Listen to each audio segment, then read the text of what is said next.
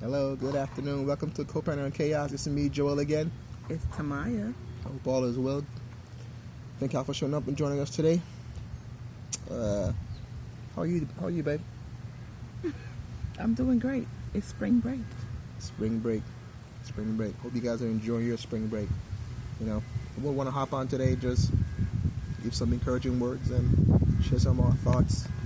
Today, I went to the dentist's office, and I was having a talk with a young lady who was cleaning my teeth, and she has a son, and I was asking if she wanted any more children, and she was like no, and she let me know that if she had a girl, she would have been strict on her daughter. And when she said that, it led me down a train of thought, thinking that I guess in her mind I told her it might be strict in your mind, but really and truly it's just called good parenting. And led me to believe how parenting has been kind of watered down today, or has been dumbed down, or has been diluted with the way that parents are going about parenting today. A lot of things that we may call strict now, when I was a kid growing up, that was just being a good mom and a good dad. It wasn't strict, and even if it were strict, there's nothing wrong with the word or even being strict. Strict isn't a swear word. It isn't a curse word. Strict is good. All they mean is just which you're trying to constrain the child and trying to guide them in the right way, the right avenue, the right lane in which you as a parent have for them, because the child doesn't have a clear vision for their own life. That's why you as a parent, you have to be the one to constrict them to the vision that you have for them, especially at a young age. At a young age, of course, you have to be super strict. You can't be so lenient. Nowadays, it seems like parents are letting their kids do whatever they want to do. As soon as they pop out their womb, they ask them what they want for dinner. That's extreme. That's extreme. But, too much options as opposed to being the parent. You want to add something, my dear? Well, when I think about the word strict, I think the word strict is seen in some people's eyes, it's seen in like a negative light. But I think the word strict is just like having boundaries. It's teaching them, how far to go. Okay, when to stop. Even when it comes to friends and things like that, it teaches them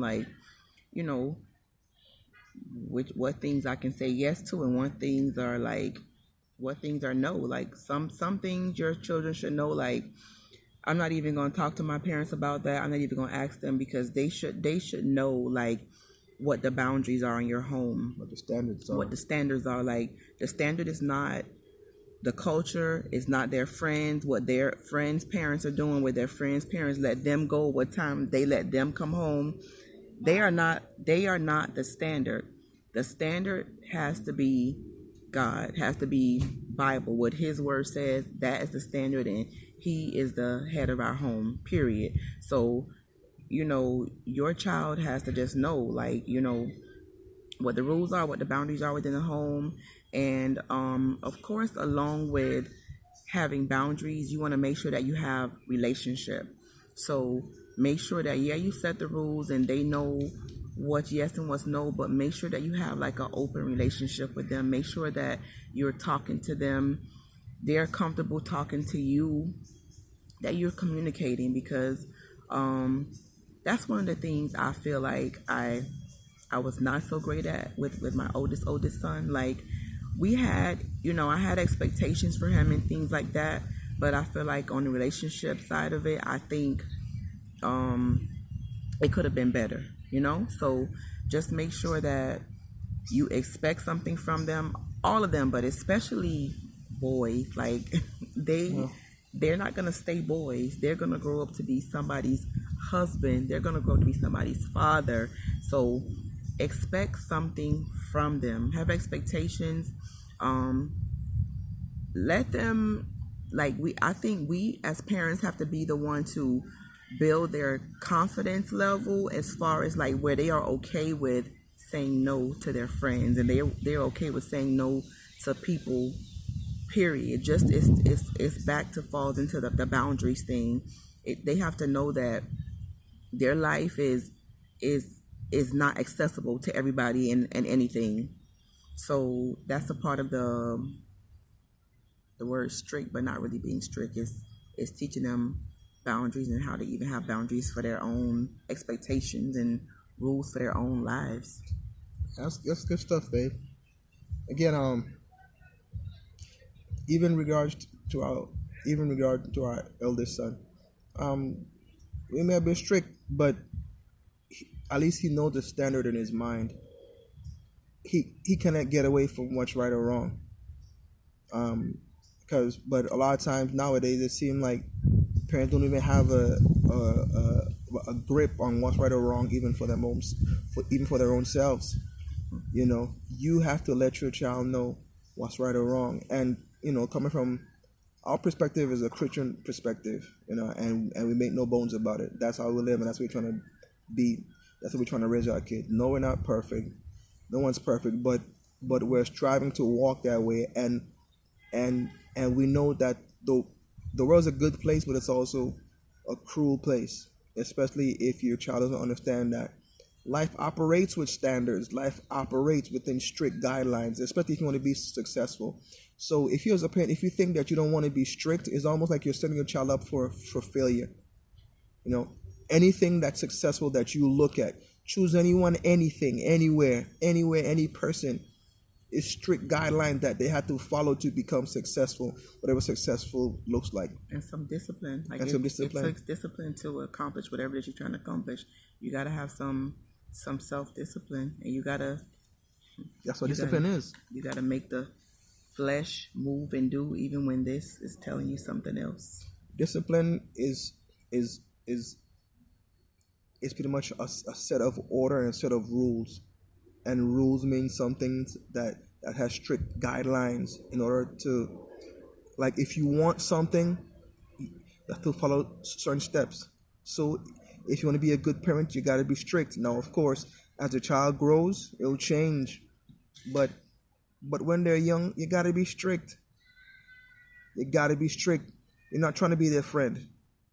You're not trying to be their friend.